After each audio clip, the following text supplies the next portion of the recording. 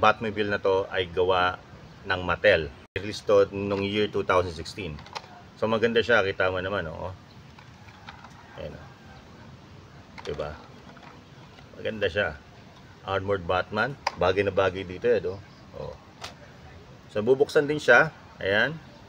Okay. Ilalagay natin sa Batman. Popoy natin.